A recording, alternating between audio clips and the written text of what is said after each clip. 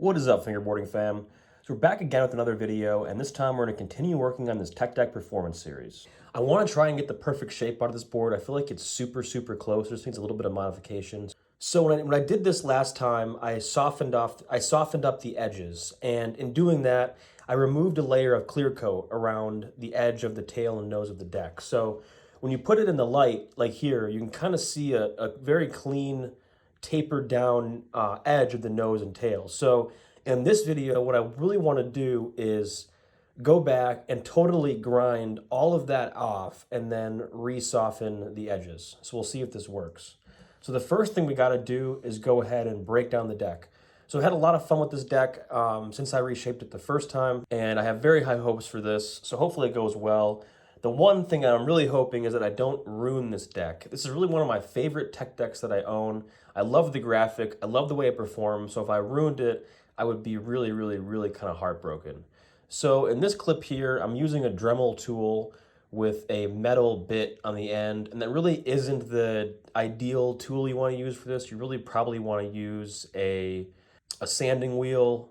I can't think of the correct name offhand, but the thing they would normally use to shape decks. That would make this process a lot easier and faster.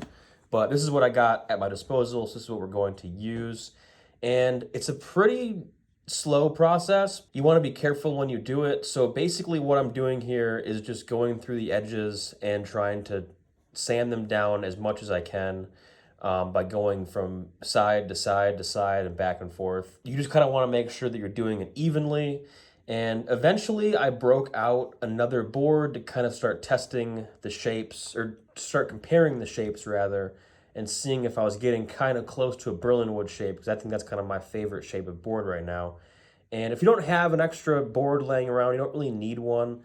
I kind of just used this as kind of a rough guide. I got 99% of my guide from the original part where we, sanded it down and kind of tapered a little bit of the gloss coat off the nose and tail. That kind of gave me my actual edge I was going to cover. So from there, once it was done, it needed clear coat. So I took it downstairs, gave it a quick clear coat, and I clear coated every side of the board.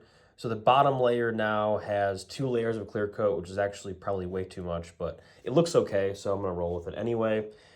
But either way, I used Rust-Oleum 2X clear coat, and that seemed to seal the wood really nicely. My main concern was just sealing up the edges of the board because they took so much sanding, and I want to make sure that they were properly sealed again so that the wood wouldn't start separating or anything like that. It's just from being exposed. So I went ahead and threw on a sheet of grip on here, the trucks and wheels. I did switch out the wheels this time. I changed the wheels out from Tech Deck Performance Series wheels to flat face BRR bearing wheels. Pretty happy with how they function. And here it is. So I think what I'm most impressed about is how these plies came out. So on the top is a Tech Deck Performance Series, in the middle is my reshaped one, and in the bottom is a Berlin wood. This made a huge difference. Now you can clearly see each individual ply, and you can tell it's a 5-ply fingerboard.